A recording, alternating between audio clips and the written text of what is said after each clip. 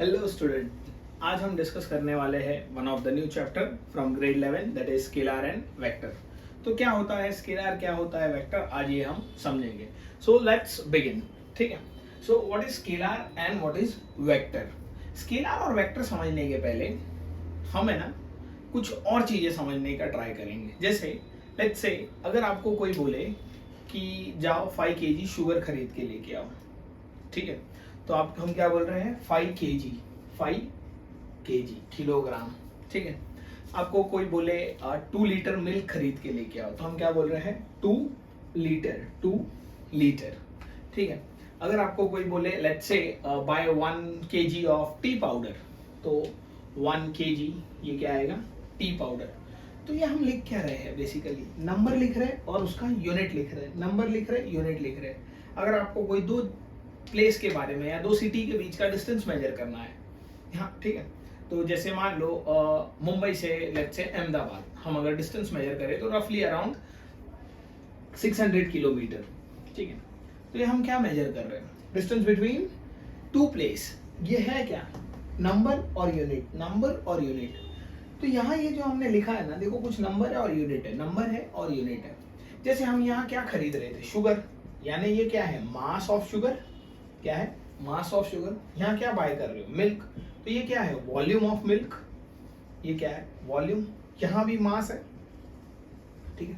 यहाँ क्या है डिस्टेंस, यहाँ क्या है डिस्टेंस, या इसको हम सिंपली बोले तो लेंथ है, दो पॉइंट के बीच का लेंथ है।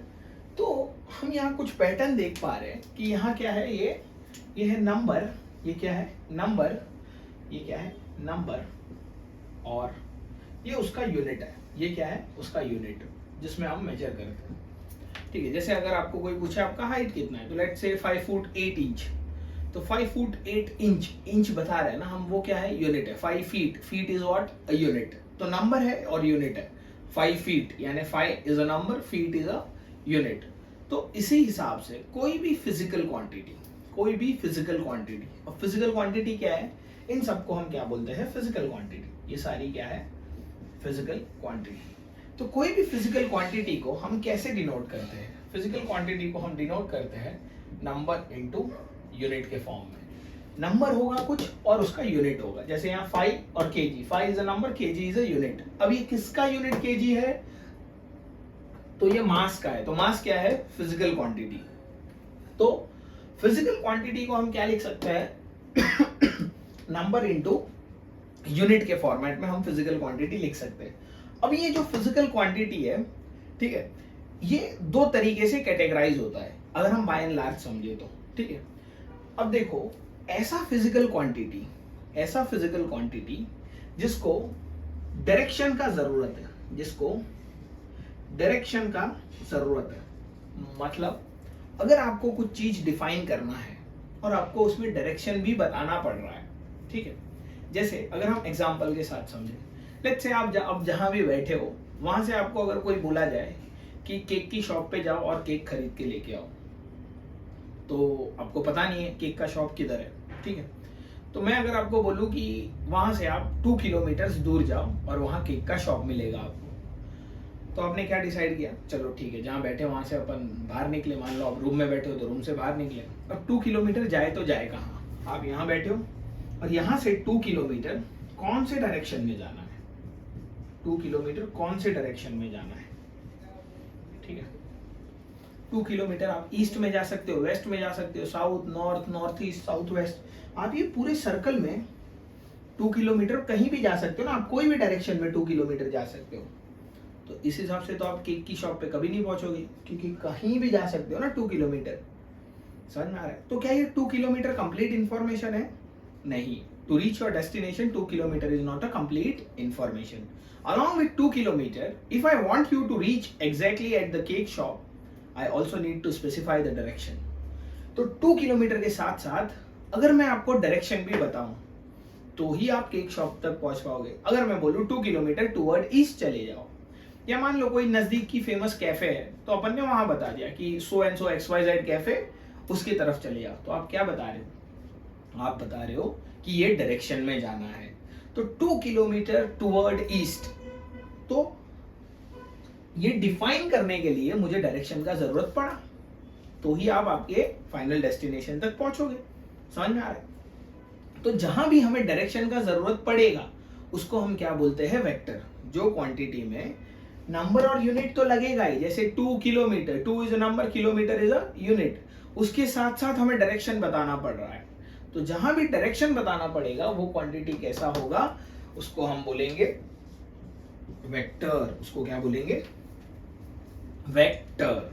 जहां डायरेक्शन बताना पड़ेगा, नंबर और यूनिट तो होगा ही, नंबर और यूनिट तो होगा ही, उसके साथ हमें एक और एडिशनल इंफॉर्मेशन देना है जो है direction.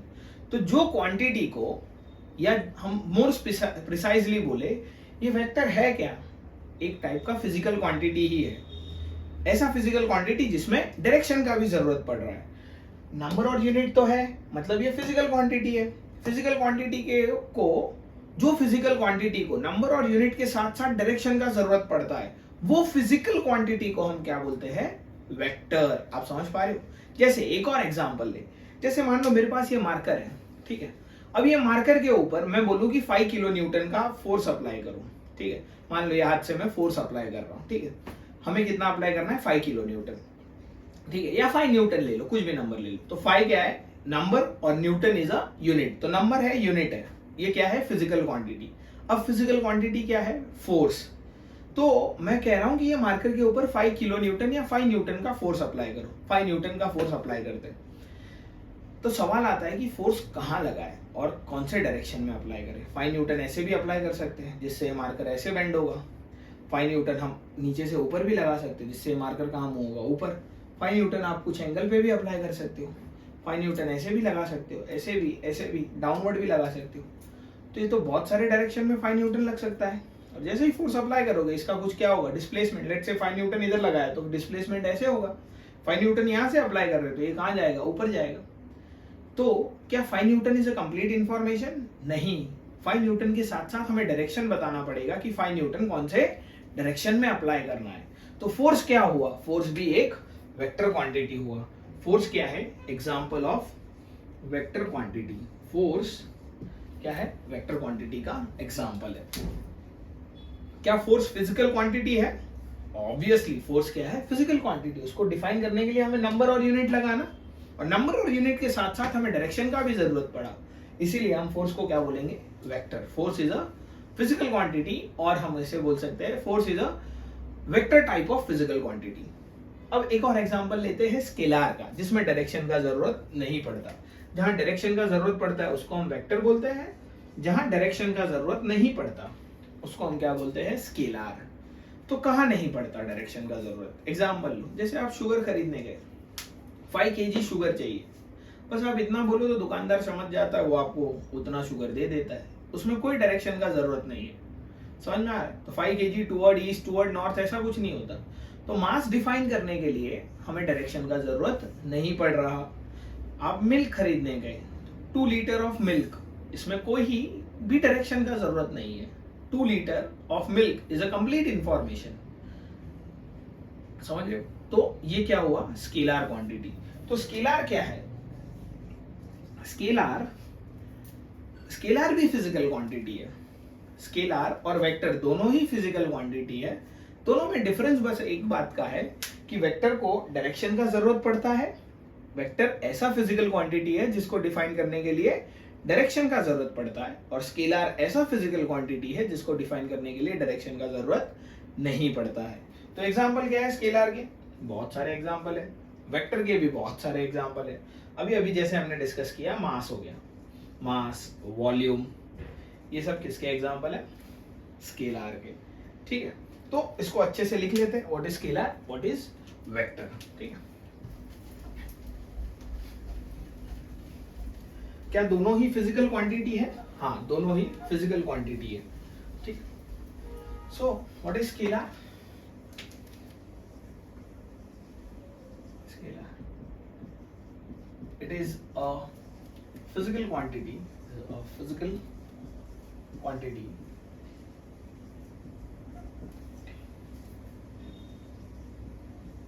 which is defined by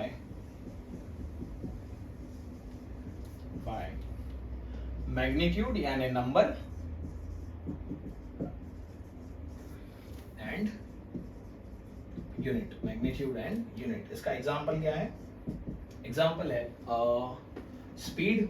speed क्या है? एक फिजिकल क्वांटिटी या ऐसा फिजिकल क्वांटिटी जो स्केलर है। जैसे हम बोले 30 किलोमीटर पर आवर, तो ये एक नंबर है 30 किलोमीटर, ठीक है, along with unit that is kilometre per hour. तो इसमें कोई डायरेक्शन का जरूरत नहीं है। ये क्या है? स्पीड। तो speed is a scalar. Mass, volume, time, temperature,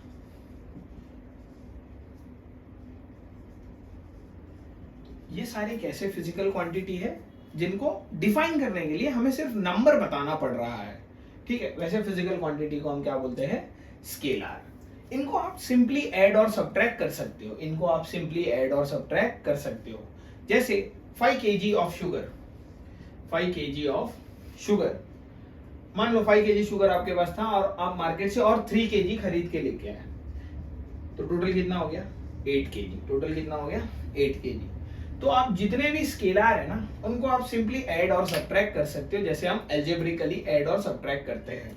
तो स्केलर में सिंपल एडिशन, सब्ट्रैक्शन, मल्टीप्लिकेशन हो सकता है अगर कोई क्वांटिटी स्केलर है, लेकिन वेक्टर में ऐसा नहीं हो सकता। तो वेक्टर क्या है? वेक्टर ये भी एक फिजिकल क्वांटिटी है। It is a physical quantity, it is a physical quantity which is defined by magnitude, unit and direction। ऐसा फिजिकल क्वांटिटी जिसको डिफाइन करने के लिए मैग्नीट्यूड, यूनिट के साथ साथ डायरेक्शन का भी जरूरत है। इसका एग्जांपल क्या है? इसका एग्जांपल है force. Example is force। velocity, इसका एग्जांपल क्या है? velocity। स्पीड क्या है? 30 किलोमीटर पर आवर। जब आप नंबर बता रहे हो तब स्पीड बोलते हैं, लेकिन 30 kilometre per hour toward east, तो ये क्या हो गया? वेलोसिटी। जब आप स्पीड के साथ साथ डायरेक्शन भी ऐड करोगे तो उसको हम क्या बोलते हैं? Velocity. Acceleration, speed, velocity, acceleration. Torque, आगे पढ़ोगे आप, टॉर्क, ठीक है। मैग्नेटिक फील्ड, इलेक्ट्रिक फील्ड, ठीक है। ये सारे एग्जाम्पल है किसके? वेक्टर क्वांटिटी के। ये किसके एग्जाम्पल है? वेक्टर क्वांटिटी के। बहुत सारी वेक्टर क्वांटिटी, नहीं तो भी आप तकरीबन 30 to 40 स्केलर और वेक्टर क्वांटिटी आप पढ़ोगे, ठीक है। तो उनमें से कुछ क्वांटिटी स्केलर होंगी, कुछ क्या होगी? वेक्टर होंगी। तो ऐसे बहुत सारे एग्जाम्पल है। जैसे जैसे आप आगे बढ़ते जाओगे, नए नए चैप्टर पढ़ते जाओगे, डिफरेंट क्वांटिटी इंट्रोड्यूस होते जाएगी और वहां मैं आपको एक्सप्लेन करते जाऊंगा वो स्केलर है या वेक्टर। तो ये हम पढ़ क्यों रहे हैं? पहले तो हमें डिफरेंस पता होना चाहिए कि कौन सा क्वांटिटी स्केलर है, कौन सा वेक्टर है। अब ये पता चल जाएगा तो क्या होगा?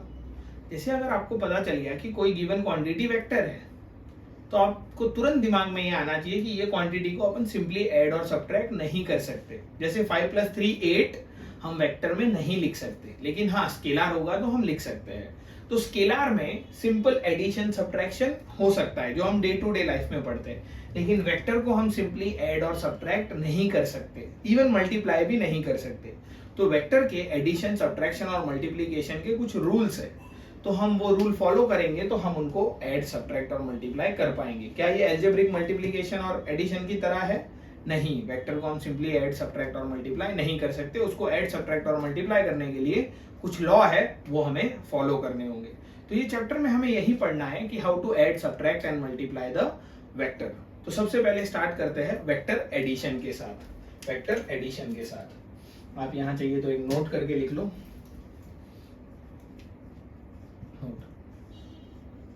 Scalar quantity can be added, subtracted and multiplied by simple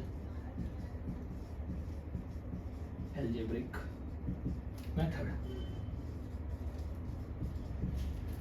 scalar quantity को हम सिंपली ऐड सब्ट्रैक्ट मल्टीप्लाई कर सकते हैं, ठीक है। सेकेंड लिखो, वेक्टर क्वांटिटी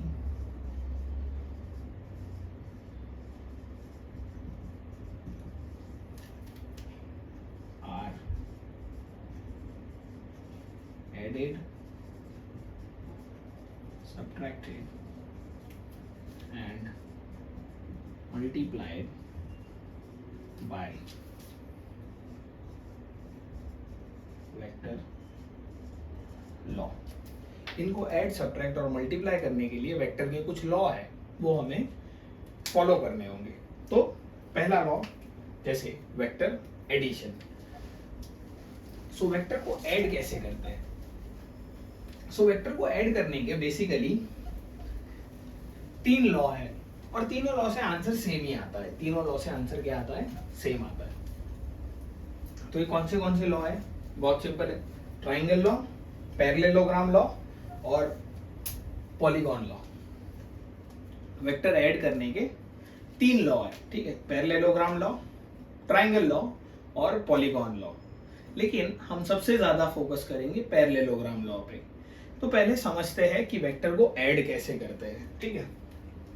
तो यहां से स्टार्ट होता है वेक्टर एडिशन, ठीक है। How to add 2 vector.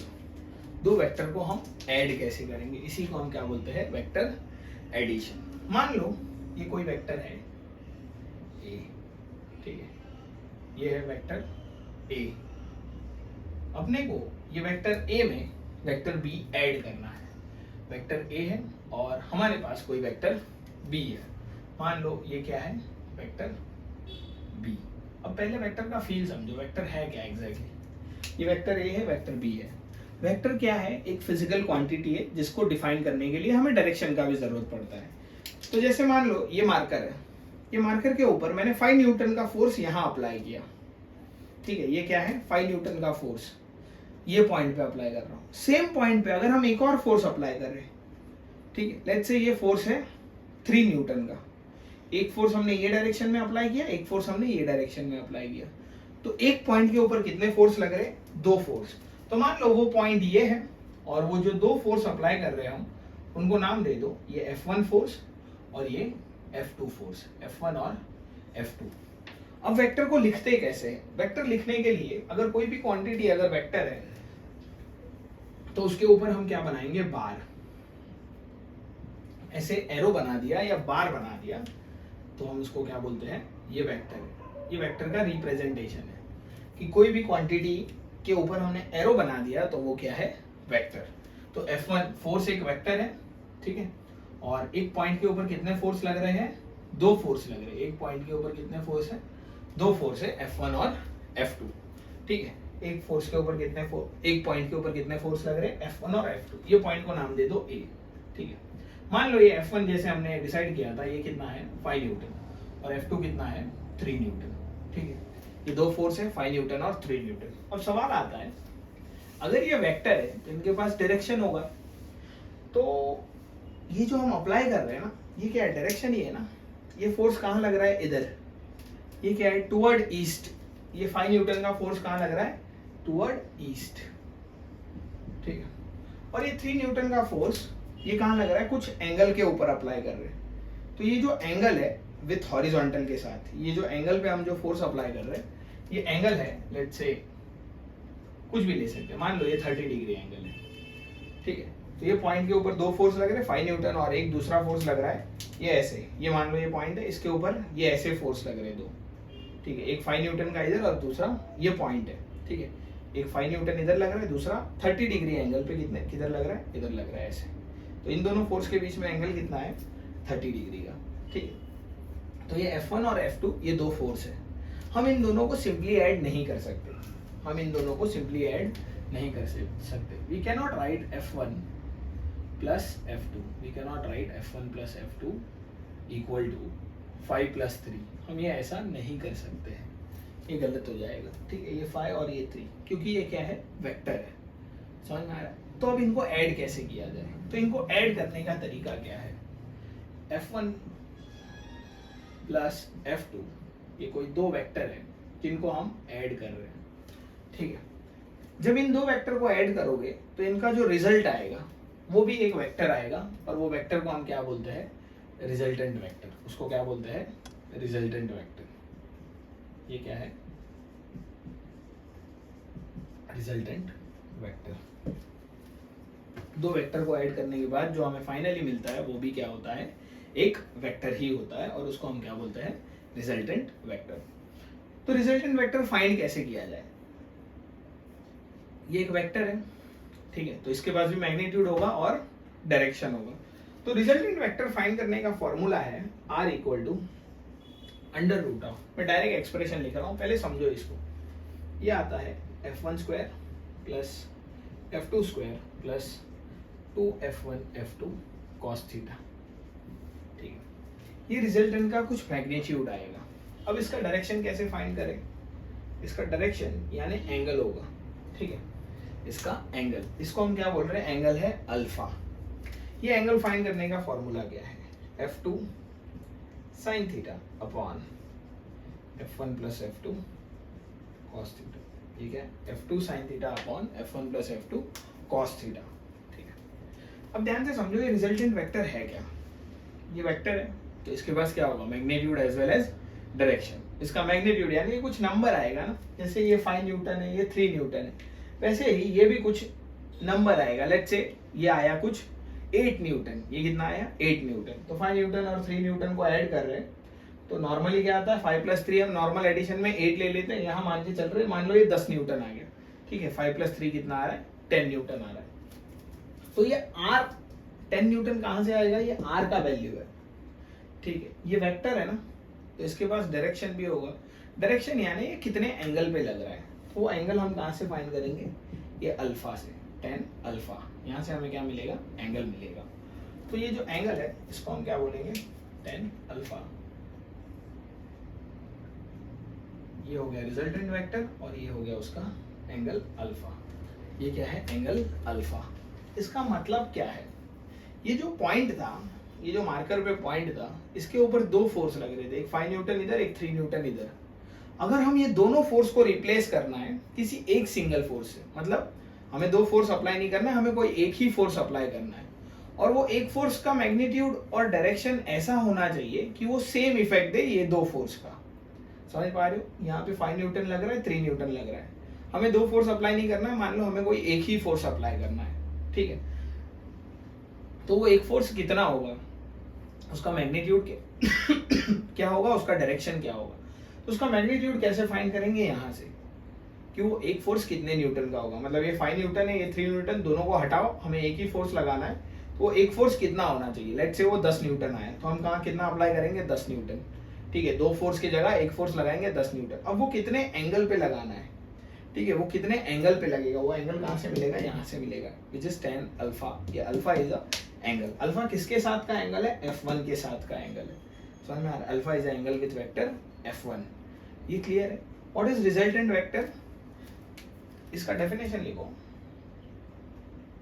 It is resultant of two और more vector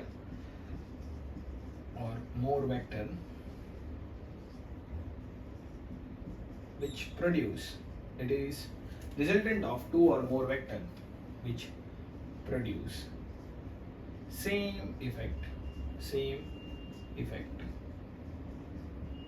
as produced by all the vector। तो रिजल्टेंट क्या है, it is a vector of two और, रिजल्टेंट वेक्टर क्या है, ये ऐसा वेक्टर है, ठीक है, ये ऐसा वेक्टर है जो सेम इफेक्ट देता है। किसकी सेम, जब दो या उससे ज्यादा वेक्टर जो इफेक्ट प्रोड्यूस करते हैं। So it is a resultant of two और more vector which produce same effect as produce by all the vector.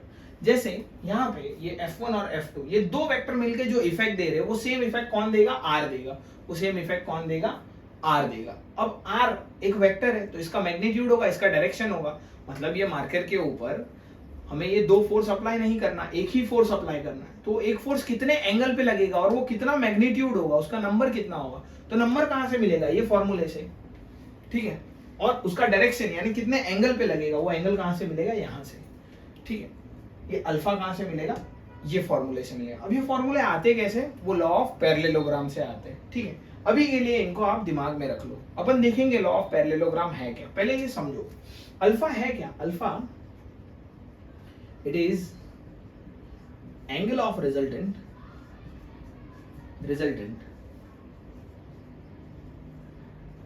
with vector f1, angle of resultant with vector f1, ठीक है। अब देखो जरूरी नहीं हमारे क्वेश्चन में हमेशा f1 और f2 ही वेक्टर हो, कुछ भी हो सकता है, वेलोसिटी वेक्टर भी हो सकता है v1 v2, मैग्नेटिक फील्ड के लिए b1 b2 भी वेक्टर हो सकता है, a और b भी नाम हो सकता है वेक्टर का, p और q भी नाम हो सकता है। तो ये फॉर्मूलों को समझो पहले। अगर आपने यहाँ f2 लिखा है, ठीक है, तो ये एंगल किस वेक्टर के साथ है, f1। अगर हम यहाँ f2 लिख रहे हैं तो एंगल किसके साथ है, f1। मान लो आपके पास वेक्टर p और q है, आप अगर यहाँ p लिख रहे हो मतलब फॉर्मूले में p sin थीटा लिख रहे हो, ठीक है, तो ये वेक्टर का एंगल किसके साथ होगा, q के साथ होगा। मतलब आप जो यहाँ लिख रहे हो उसको छोड़ के जो दूसरा वेक्टर है उसके साथ एंगल दिया होगा। समझ पा रहे हो, हमेशा f1 और f2 नहीं होगा ना। मान लो p और q वेक्टर है तो यहाँ क्या लिखोगे, p या q, कुछ भी लिखो चलेगा। मान लो आपने यहाँ p लिखा तो ये अल्फा किसके साथ होगा, q के साथ होगा। और अगर आप यहाँ q लिख रहे हो तो ये किसके साथ होगा, वेक्टर p के साथ होगा। इन वेक्टर का नाम कुछ भी हो सकता है ना, f1 f2 हो, हमेशा जरूरी नहीं है। अगर आपने यहाँ p लिखा है तो यहाँ भी क्या लिखोगे, p, इधर f2 है तो f2 और इधर f1। समझ में आ रहा है, ठीक है। तो अगर हमने यहाँ f2 लिखा है तो अल्फा एंगल किसके साथ है, f1 के साथ है। तो हमें समझ में आया कि दो वेक्टर को अगर हमें ऐड करना है तो उसको ऐड कैसे करते हैं। f1 और f2 सिंपली ऐड नहीं हो सकते, 5+3 आप नहीं कर सकते हो। f1 और f2 को ऐड करने पे हमें हमेशा रिजल्टेंट वेक्टर मिलेगा। रिजल्टेंट ये वेक्टर है, ठीक है, इसका मैग्नीट्यूड हम यहाँ से फाइंड करेंगे, उसका डायरेक्शन यहाँ से मिलेगा, ठीक है। एक क्वेश्चन करते हैं तो और ज्यादा क्लैरिटी आएगा। इसको इरेज करो।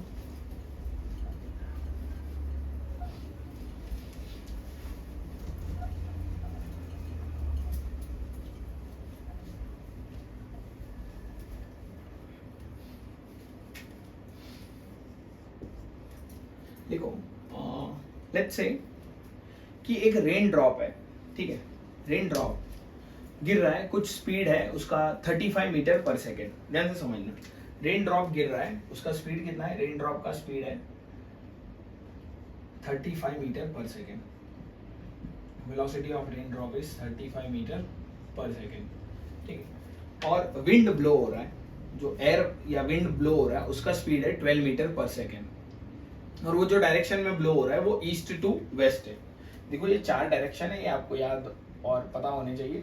ये ईस्ट होता है, ये वेस्ट, ये नॉर्थ और ये साउथ होता है। ईस्ट वेस्ट नॉर्थ और ये साउथ, ठीक, ईस्ट वेस्ट नॉर्थ और साउथ। क्वेश्चन में क्या बोला है, क्वेश्चन क्या है पहले समझो। Rain drop is falling with a speed of 35 metre per second and the wind blows at a speed of 12 metre per second from east to west. Wind का स्पीड क्या है, मान लो विंड के स्पीड को हम क्या बोल रहे हैं, v2। विंड का स्पीड है v2 which is 12 metre per second. ये विंड का स्पीड है और ये रेन ड्रॉप का स्पीड है, ठीक है। हमें क्या पूछा है क्वेश्चन में कि मान लो कोई एक स्टूडेंट है या कोई एक पर्सन है और a man standing on a bus stop, in which direction he must hold the umbrella. Question समझ में आ रहा है। बारिश गिर रहा है, बारिश के बूंद का स्पीड है 35 metre per second, air flow हो रहा है, एयर का स्पीड है 12 metre per second. Now the question is the man standing on a bus stop in which direction he should hold the umbrella. उसको अम्ब्रेला कौन से direction में पकड़ना चाहिए, ठीक है। क्वेश्चन क्लियर है। अब देखो इसको सॉल्व कैसे करते हैं, इसको सॉल्व कैसे करते हैं, इसको सॉल्व कैसे करेंगे। क्या गिवन है, एक v1 वेक्टर है, ठीक है, इसकी स्पीड है 35, v1 is 35 metre per second. ये V2 है, ये V1 और ये V2, ठीक है। ये ऐसे क्यों बनाया, क्योंकि ये ईस्ट से वेस्ट में स्पीड ब्लो हो रहा है, तो ये इधर, और V1 कहाँ डाउनवर्ड। इन दोनों का रिजल्टेंट कैसे मिलेगा, V1 plus V2 is what, या इसको हम नॉर्मली लिखे R, ये क्या होगा resultant vector, V1 vector plus V2 vector is R vector. R कहाँ लग रहा है, यहाँ पे, ये रिजल्टेंट वेक्टर का डायरेक्शन है। मतलब रेन ड्रॉप है ना, रेन ड्रॉप का स्पीड कितना है 35 मीटर पर सेकेंड, एयर का स्पीड कितना है 12 मीटर पर सेकेंड। तो रेन ड्रॉप है ना, मान लो ये मार्कर क्या है, रेन ड्रॉप है, ये सीधा ऐसे नहीं आएगा, ये एयर के वजह से ये ऐसे ऐसे ऐसे मूव होगा, समझ रहे हो। रेन ड्रॉप आना तो ऐसे चाहिए था, बिकॉज ऑफ एयर स्पीड ये सीधा ना आके ये कैसे आ रहा है, ऐसे आ रहा है। तो आपको अम्ब्रेला कैसा होल्ड करना होगा, ये डायरेक्शन में होल्ड करना होगा, आप समझ रहे हो। तो ये आर क्या है, ये स्पीड और ये स्पीड का रिजल्टेंट, मतलब रेन ड्रॉप कौन से डायरेक्शन में मूव होगा, ये डायरेक्शन में, समझ में आ रहा है। और ये उसका वेलोसिटी होगा, रिजल्टेंट वेलोसिटी, ध्यान से समझो। हमें है ना क्या फाइंड करना है, in which direction the man standing on the bus stop hold the umbrella, उसको कौन से डायरेक्शन में अम्ब्रेला होल्ड करना है। तो ये कैसे फाइंड करेंगे, ऑब्वियसली उसको अम्ब्रेला कहाँ, अगर बारिश ऐसे आ रहा है तो उसको अम्ब्रेला ऐसे ही होल्ड करना होगा, ठीक है। सो अगर हम इसका डायरेक्शन का नाम दे दें, ठीक है, ये क्या है नॉर्थ, ये है नॉर्थ, ये है साउथ, ये है वेस्ट और ये है ईस्ट, ये क्या है east, east. So man must hold umbrella in which direction, in this direction, ये डायरेक्शन में अम्ब्रेला होल्ड करना चाहिए, ठीक है, डायरेक्शन ऑफ अम्ब्रेला।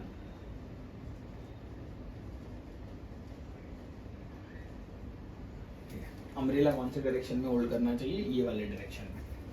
अब सवाल आता है ये डायरेक्शन है क्या, हमें इसका ये एंगल फाइंड करना है, ये वाला एंगल, ठीक है, हमें ये एंगल फाइंड करना है कि ये कितने एंगल पे होगा। मान लो ये एंगल को हम क्या बोल रहे हैं, θ1, इसको क्या बोल रहे हैं θ1।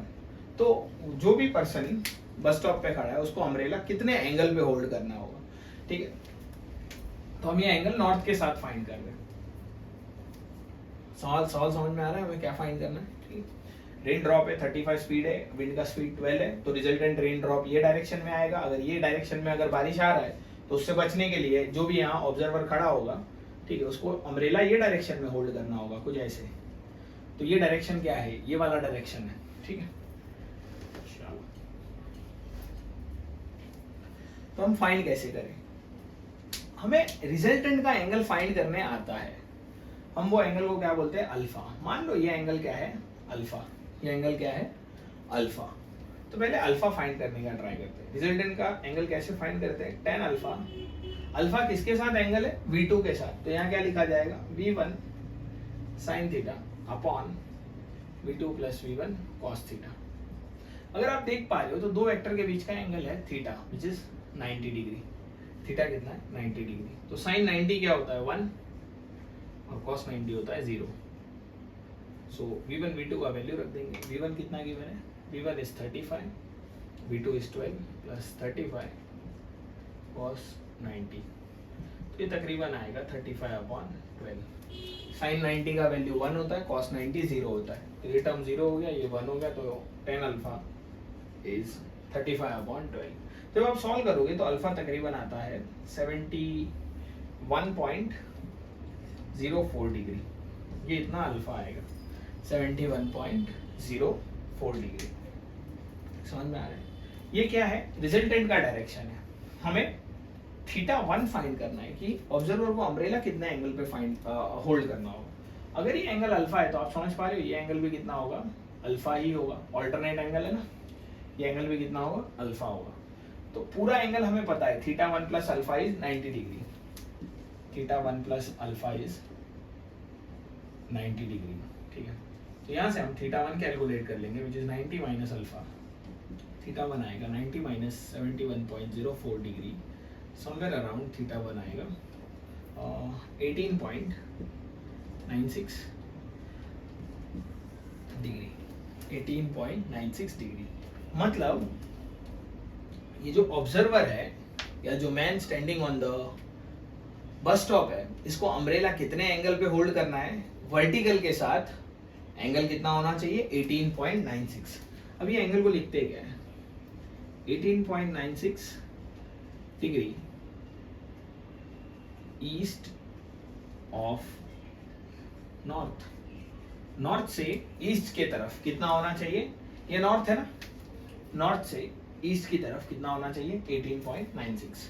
ठीक है, सो it is 18.96 east of north. तो नॉर्थ से ईस्ट की तरफ कितना? 18.96 डिग्री पे होल्ड करना है। समझ में आ रहा है? अगर हमें यही क्वेश्चन में पूछा जाता what is the resultant velocity of rain drop, what is the resultant velocity of rain drop? Resultant क्यों? क्योंकि रेन ड्रॉप 35 की स्पीड से आ रहा है और एयर का स्पीड कितना है? 12। तो रिजल्टेंट स्पीड कितना होगा? तो हम कैसे फाइंड करेंगे? The resultant speed is under root of v1 square plus v2 square plus 2 times of v1 v2 cos theta. So r equal to under root of v1 square, v1 कितना है? v1 है 35 का square plus 12 का square plus cos 90 रखेंगे, 2 into 12 into 35 into cos 90। cos 90 का value 0 होता है, तो ये पूरा ब्रैकेट क्या हो जाएगा? 0 हो जाएगा। तो r का वैल्यू आएगा अंडर रूट ऑफ 35 का स्क्वायर प्लस 12 का स्क्वायर। तो आप जो भी आंसर आता है फाइनली कमेंट में लिख देना, वो होगा resultant velocity which is in metre per second. ये क्या होगा? Resultant velocity of rain drop. समझ में आ रहा है वेक्टर कैसे यूज करना है? ठीक है, तो वेलोसिटी एक वेक्टर क्वांटिटी है, उसका यूज करके हमने क्या फाइंड कर लिया? रिजल्टेंट वेलोसिटी फाइंड कर लिया, और वो रेन ड्रॉप कौन से डायरेक्शन में आएगा। ठीक है, वो रेन ड्रॉप कौन से डायरेक्शन में आएगा? तो वो ये डायरेक्शन में आएगा। तो जो भी ऑब्जर्वर होगा उसको अम्ब्रेला ये वाले डायरेक्शन में होल्ड करना होगा। अम्ब्रेला कैसे होल्ड करना होगा? ये वाले डायरेक्शन में। ठीक है, तो हमने ये एंगल फाइंड कर लिया। क्लियर है? चलो ठीक है, नेक्स्ट क्वेश्चन की तरफ जाते हैं। ये आपने लिख लिया होगा शायद, ठीक है, पॉज करके लिख लिया करो। ठीक है,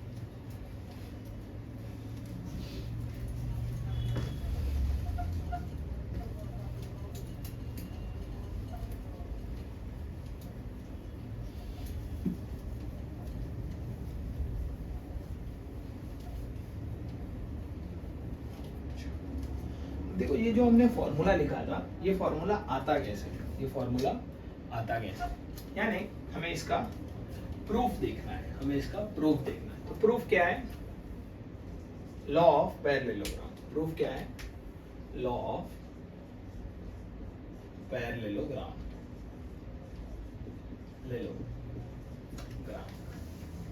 इसका प्रूफ मतलब लॉ ऑफ पैरेललोग्राम।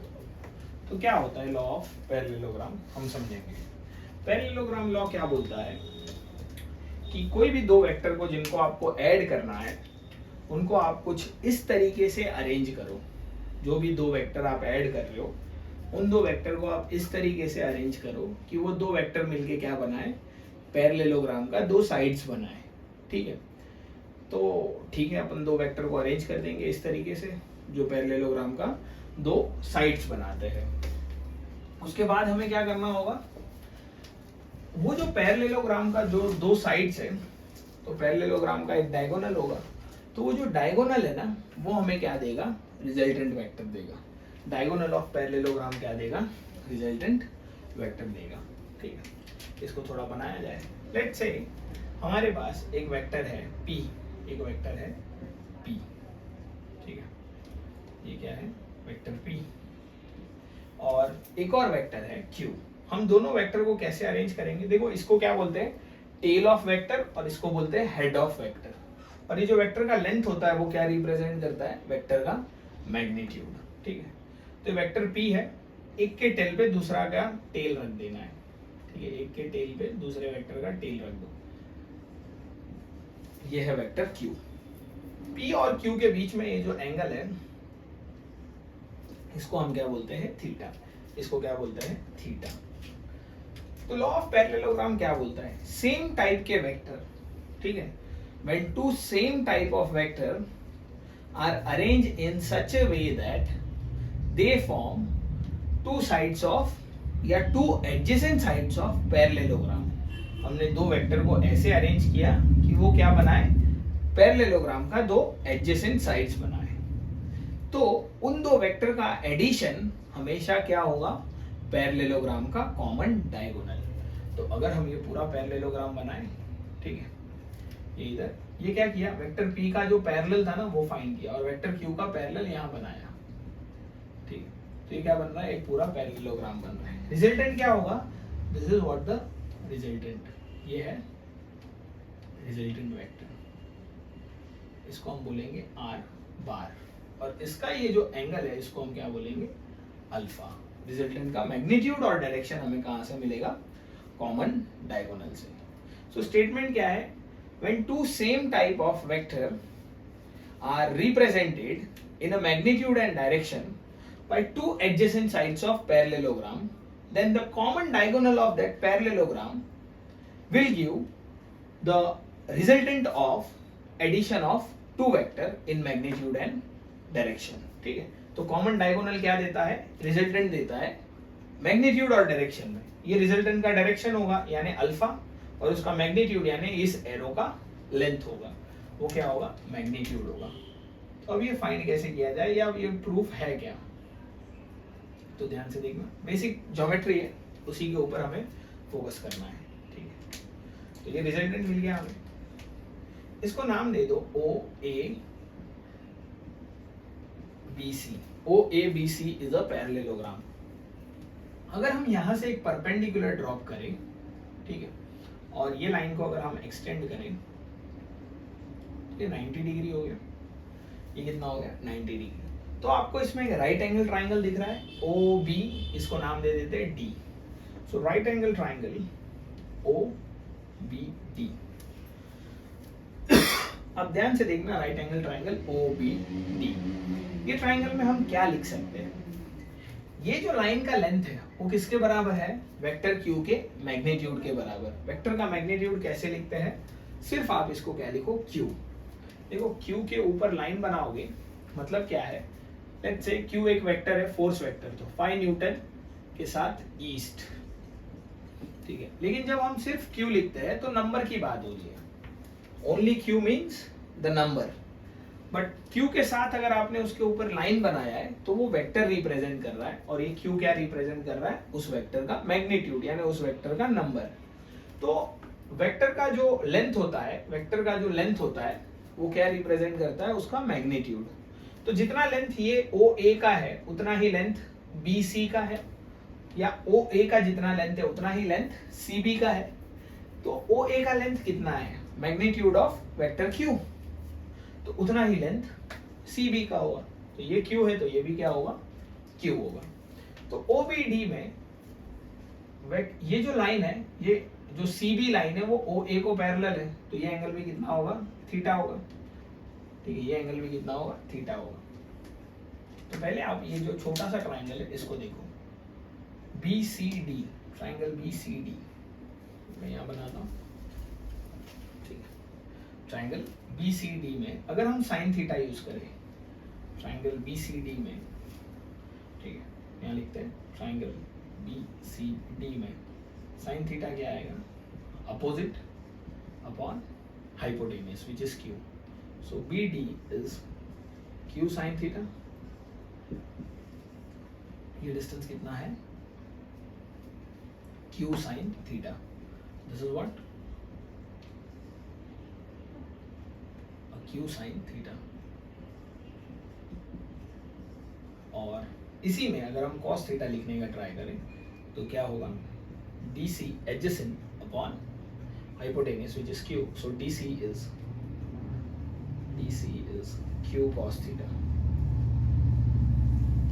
ये कितना है, Q cos theta. Q cos theta. This is what a vector P. ये वेक्टर P है और जो वेक्टर का लेंथ होता है वो उसका मैग्नीट्यूड रिप्रेजेंट करता है, यानी ये जो इतना सा लाइन है ये क्या है, P है. ठीक है, ये जो गैप है वो क्या है, Q है.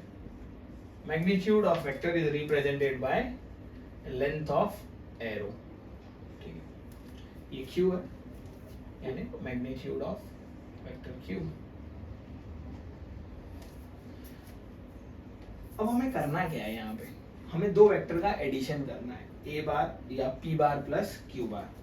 तो देखो हम फाइंड कैसे करेंगे, ये जो ट्राइंगल है, इन ट्राइंगल OBD, ठीक है, पाइथागोरस थ्योरम के हिसाब से क्या होगा, ये हाइपोटेनियस का square equal to addition of two sides का स्क्वायर, यानी OB square is equal to AD square plus BD square. OB क्या है, रिजल्टेंट है, तो R का square, magnitude of resultant length है ना। AD क्या है, A to D, sorry OD, ये क्या आएगा, OD। So OB is O to D और B to D। O to D is P plus Q cos theta। OD क्या होगा, P plus Q cos theta का square plus BD is Q sin theta का square. अगर आप ये open करोगे, A plus B the whole square, it is a P square plus Q square cos square theta plus 2PQ cos theta plus ये क्या है, Q sin square theta, Q square sin square theta। R square equal to can be written as P square, ये Q square और Q square add करेंगे तो क्या आएगा, cos square theta plus sin square theta plus 2PQ cos theta। ये value कितना होता है, 1। सो R square equal to P square plus Q square plus 2PQ cos theta, ये क्या आया, 2PQ cos theta। तो R का value is under root of P square plus Q square plus 2PQ cos theta। क्या यही formula हमने starting में लिखा था to find resultant? Resultant find करने का यही फॉर्मूला था ना। हमने क्या लिखा था, A square plus B square plus 2AB cos theta. तो आपका दो वेक्टर कुछ भी हो सकता है, नाम F1 F2 हो सकता है, हमने F1 F2 के फॉर्म में लिखा था, AB के फॉर्म में हो सकता है, PQ के फॉर्म में हो सकता है। तो ये फॉर्मूला क्या है, how to find a resultant. अब सवाल आता है रिजल्टेंट का डायरेक्शन, यानी अल्फा कैसे फाइंड करते हैं। तो यही ट्राइंगल में देखो, इन ट्राइंगल OBD क्या हम tan अल्फा लिख सकते हैं, tan अल्फा देखो, tan अल्फा क्या होगा, opposite that is Q sin theta upon adjacent that is P plus Q cos theta, P plus Q cos theta. Alpha किसके साथ एंगल है, हमने यहाँ क्या लिखा है, Q ना, तो अल्फा किसके साथ है, angle with P। This is what, angle of resultant with vector P। ये वेक्टर P के साथ का एंगल है। तो आपको ये दो फॉर्मूले बाय एंड लार्ज याद रखने होते हैं लॉ ऑफ पैरेललोग्राम में, ठीक है। देखो एक बात हमेशा ध्यान रखनी है, जब भी हम दो वेक्टर ऐड कर रहे हैं तो हम उसको लिखते कैसे हैं, P bar plus Q bar is equal to R bar, ठीक है। तो ये R का मैग्नीट्यूड हम ऐसे फाइंड करेंगे और इसका डायरेक्शन हम यहाँ से फाइंड करेंगे। ये क्या है, law of parallelogram. Law of parallelogram क्या बोलता है, हमेशा सेम टाइप के वेक्टर ही ऐड हो सकते हैं। इसका मतलब क्या है, अगर वेक्टर P एक फोर्स वेक्टर है तो Q भी क्या होना चाहिए, फोर्स। तो आप फोर्स वेक्टर ऐड कर सकते हो, आप वेलोसिटी वेक्टर ऐड कर सकते हो। सेम टाइप के वेक्टर ही ऐड और सब्ट्रैक्ट होते हैं, समझ में आ रहा है।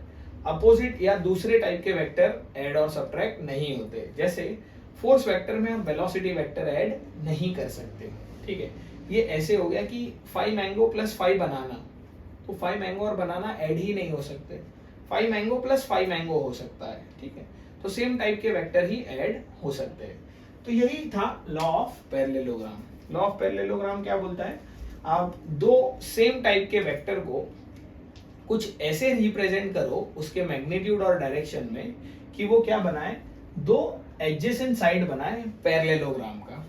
और आपको रिजल्टेंट कहाँ से मिलेगा, आपको रिजल्टेंट कॉमन डायगोनल से मिलेगा, ठीक है। रिजल्टेंट कहाँ से मिलेगा? कॉमन डायगोनल से मिलेगा इन अ मैग्नीट्यूड एंड डायरेक्शन। जितना इसका लेंथ होगा उतना रिजल्टेंट का मैग्नीट्यूड, और जो ये एंगल होगा वो क्या होगा? रिजल्टेंट का डायरेक्शन।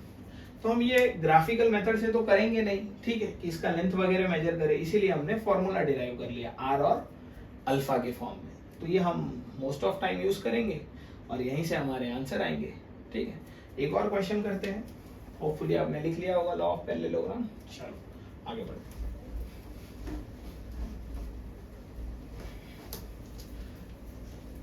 तो ये लॉ क्यों यूज होता है? दो वेक्टर को ऐड करने के लिए। हम दो वेक्टर को कैसे ऐड कर सकते हैं?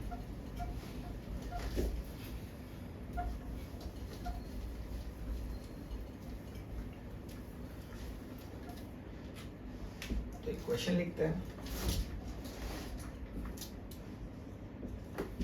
मार्कर का इंक खत्म होते हुए। तो मान लो हमारे पास दो वेक्टर है, इसको हम कुछ इस तरीके से लिखते हैं, लेट्स से कि हमें दो वेक्टर को ऐड करना है कि ये एक वेक्टर है ए बार, ठीक है। क्वेश्चन लिखो, फाइंड ए बार प्लस बी बार। ये क्या होता है? ये फाइंड करो, ए बार प्लस बी बार। ये वेक्टर ए बार है और ये वेक्टर क्या है? B bar. देखो जब भी वेक्टर ऐड करते हो तो वो कैसे कनेक्टेड होने चाहिए? Tail to tail. तो ये वेक्टर ए का टेल है और ये उसका हेड है, वेक्टर बी का ये टेल है और ये इसका हेड है। तो दोनों वेक्टर कैसे कनेक्टेड है? Tail to tail. हमें ये एंगल भी गिवन है, लेट्स से ये एंगल है 120 डिग्री। ये एंगल कितना है? 120 डिग्री। वेक्टर ए का मैग्नीट्यूड है 3 न्यूटन ले लो और वेक्टर बी ले लो 4 न्यूटन। न्यूटन स्पीड रहेगा तो मीटर पर सेकेंड। हमें क्या फाइंड करना है? A bar plus B bar. We know that which is R bar. तो आर कैसे फाइंड होगा? Under root of A square plus B square plus 2ab cos theta. Under root of A कितना है? 3 का square, B कितना है? 4 का square plus 2 3 into 4 cos 120 degree. So R equal to under root of 3 का square is 9, 4 का square is 16 plus 2 into 3 into 4 is 12 into cos 120 होता है -1/2। ठीक है, कॉस 120 कितना होता है? -1/2। हमें ये कैसे आता है cos 20 -1/2 ये देखना है तो आप लेक्चर इसके पहले का लेक्चर देख के आओ, जो है ट्रिग्नोमेट्री का लेक्चर, ठीक है। तो उसमें मैंने सिखाया है कि cos 120 कैसे फाइंड करते हैं, ठीक है, या कोई भी एंगल हम कैसे फाइंड कर सकते हैं। एक एस्टेग रूल होता है, ऐड शुगर टी कॉफी, तो उसका यूज करके आप ये फाइंड कर सकते हो, ठीक है। तो 9 + 16 2 × 12, तो ये 2 चले गए, यहाँ क्या बचेगा? r इक्वल टू 9 + 16 कितना होगा? और 25 - 12, तो रिजल्टेंट कितना आएगा? तकरीबन √13 न्यूटन। ये क्या है? रिजल्टेंट है। रिजल्टेंट का वैल्यू कितना है? √13 न्यूटन। Resultant is √13 Newton. अब रिजल्टेंट का डायरेक्शन फाइंड करें। रिजल्टेंट हमेशा इन दोनों वेक्टर के बीच में होगा। ये रिजल्टेंट कहीं तो यहाँ होगा, ठीक है। उसका मैग्नीट्यूड कितना है? √13 न्यूटन, और उसका ये डायरेक्शन अल्फा, ठीक है। उसका ये डायरेक्शन क्या है? अल्फा। तो अल्फा कैसे फाइंड किया जाए? फॉर्मूला हमें पता है, tan alpha is equal to, हम ए के साथ एंगल फाइंड कर रहे हैं तो यहाँ क्या लिखेंगे? b sin theta upon a + b cos theta, ठीक है। So tan alpha equal to b sin theta, b कितना है? 4 sin 120 upon a is around 3 plus b cos 120। यहाँ से क्या मिलेगा? tan अल्फा, ठीक है।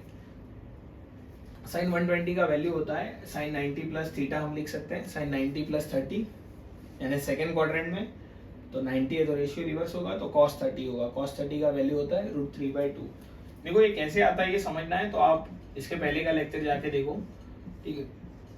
आप सर्च करो ट्रिग्नोमेट्री, ठीक है, trigonometry add sugar tea coffee, या basics of trigonometry which is helpful for physics, ठीक है। यही वीडियो का नाम है, ठीक है, trigonometry useful for physics for JEE and NEET exam, ठीक है।